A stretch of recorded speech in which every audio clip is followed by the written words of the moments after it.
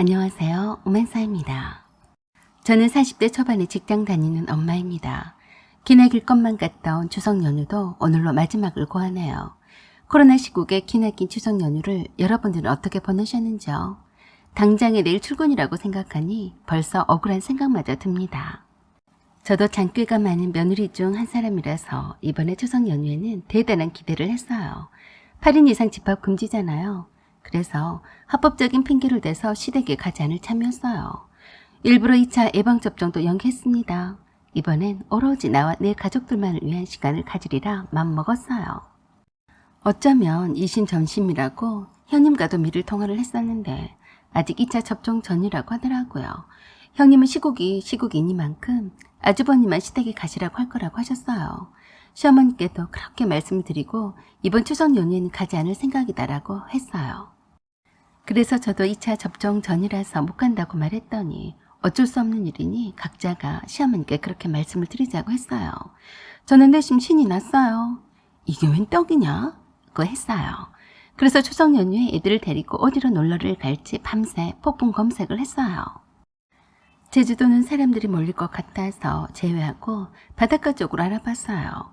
우리 애들이 좀 더 크기 전에 많은 시간을 함께 보내서 추억을 쌓게 하고 싶었어요.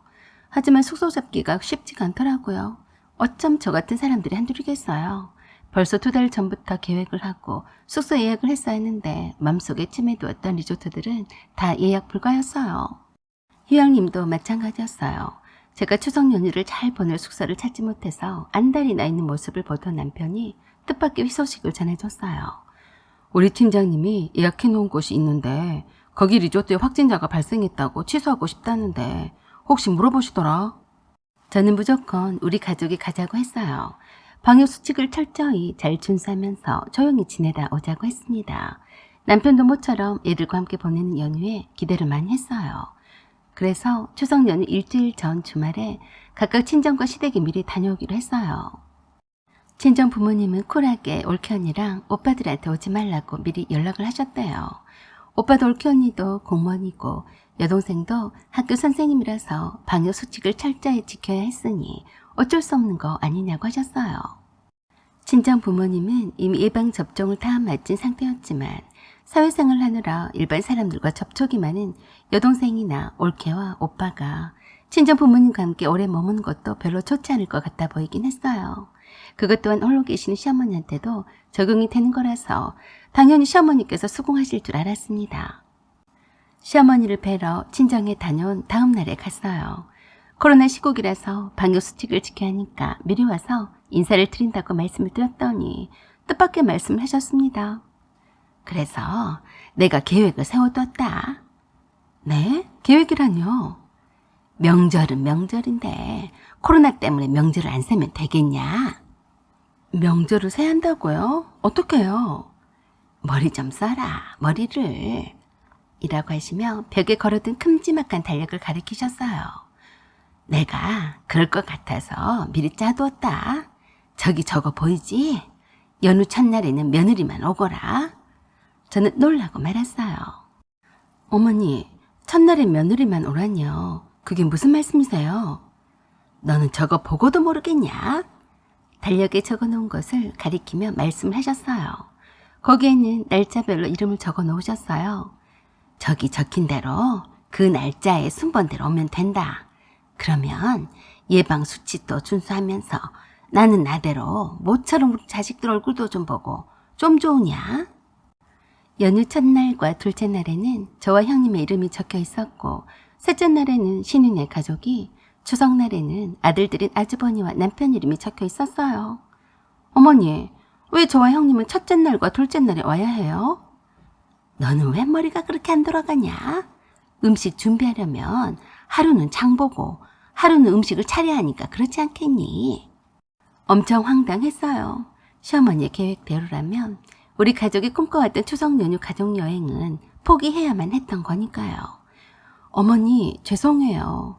제가 일이 있어서요. 그래서 추석 연휴에는 못 오니까 미리 온 거예요. 이번에는 시국이니까 그냥 넘어가고 내년에 좋아지면 그때 모두 모이는 걸로 해요. 그런데 시어머니께서 단번에 딱 잘라 말씀을 하셨어요. 미쳤냐?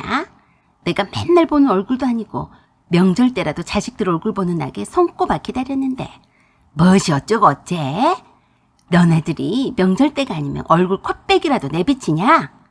행여나 불쌍한 시험에 혼자 놔두고 니들끼리 놀러 갈 생각을 길랑은 하들들 말어. 내가 요렇게라도 하지 않으면 내 아들과 시간을 얼마나 함께 보낼 수 있겠냐? 시어머니 그 말씀에 효자인 남편은 그랬어요. 자주 바쁘다는 핑계로 어머니께 자주 찾아뵙지 못해서 죄송해요. 그래, 말로만 죄송하다고 하는 거 하나도 필요 없다. 100번 말 한마디보다 실천이 중요하지. 내가 살면 얼마나 산다고 젊은 너네들이 부모 소중한 줄도 모르냐? 그저 자식 얼굴 한번 보고 싶다는 그 소박한 소망을 저버리지 마라. 알아들었냐? 그러자 남편이 바로 네, 어머니 라고 대답했어요. 대답을 하지 않는 저에게 시어머니가 다그치셨어요. 너는 왜 꿀먹은 벙어리냐? 너는 내 자식이 아니다 이 말이냐? 아니요, 어머니. 그게 아니라 며느리는 별로 보고 싶지도 않으실 텐데 굳이 이틀 동안이나 어머니랑 함께 있어야 할 필요가 있을까 싶어서요. 며느리가 왜 안 보고 싶다고 하더냐? 내 아들만 못해도 내 아들과 사는 여자는 내 자식이나 마찬가지다. 그래도 코로나 시국이라서 이틀만 와서 음식 장만 해놓고 가면 나머지 연휴는 니들 마음대로 쉬어도 되지 않니? 선택을 해라. 방역 수칙을 지키지 않고 추석 명절 연휴 내내 나랑 함께 있을래? 아니면 이틀간만 와서 음식장만 해놓고 갈래? 참 난처했어요. 이미 추석 전날부터 추석까지 숙소 예약이 되어 있는데 그걸 포기하고 시어머니 말대로 따라야 하는지 혼돈이 왔어요. 그런 제 모습을 지켜보며 남편이 얼른 시어머니께 말씀을 드렸어요. 엄마, 그렇게 할게요. 어쩔 수 없죠. 식구들이라도 따로 만날 수밖에요. 저는 눈짓을 안 된다고 했어도 남편은 그렇게 하자고 신호를 보냈어요. 저도 딱히 어떻게 거절해야 할지 막무가내로 못 온다고 하는 것도 공색해 보였거든요. 저는 겨우 시어머니가 한다는 소리가 어머니, 형님은 뭐라고 하던가요? 그래? 네 형님이 뭐라고 하던 너한테는 그것이 그렇게 중요하냐? 뭐라고 하긴 지가 장남 며느리인데 뭐라고 해봤자지. 명절 내내 상 차리는 것도 아닌데 얼마나 좋겠니? 이틀만 오라고 하니까 좋아 죽고 못 살더라. 그래도 저는 이미 계획했던 가족여행을 포기할 수가 없었어요. 어머니, 죄송해요. 그럼 이번 추석 명절에는 형님네와 함께 보내세요. 사실 방역수칙 때문에 어차피 가족들이 함께 못 모이니까 미리 온 거고요. 따로 저희 가족만 여행을 가기로 했어요. 그러자 남편은 제게 눈치를 있는 대로 쳤어요. 그래도 사실대로 말씀을 드려야죠. 너는 내가 그럴 줄 알았다. 홀로 사는 시어머니를 놔두고 니들끼리 명절날에 여행을 간다는 게 말이나 되는 일이냐? 내가 살면 얼마나 산다고 니들끼리 좋은 꼴 보고 살려고 하니? 그러지 말고 나도 내 아들과 여행을 가고 싶구나. 나도 데려가라. 설마 우리가 가족여행을 간다며 다녀오라고 하실 줄 알았는데 의외였어요. 혹을 때려다가 혹을 붙인 꼴이 되어버렸으니 어떡하나 싶었는데 남편이 흔쾌히 그러자고 해버렸어요. 그러자 시어머니께서 단번에 저에게 그러셨어요. 어째서 너는 아주 싫은 모양이다. 코로나 때문에 이틀만 왔다 가라고 해도 싫고 니들끼리 가려고 했는데 내가 낀다고 하니까 그것도 싫은 게냐? 저는 마지못해 대답했어요. 아니에요 어머니, 그렇게 해요. 그러자 시어머니가 그 자리에서 바로 형님에게 전화를 하셨어요. 민수 오빠냐?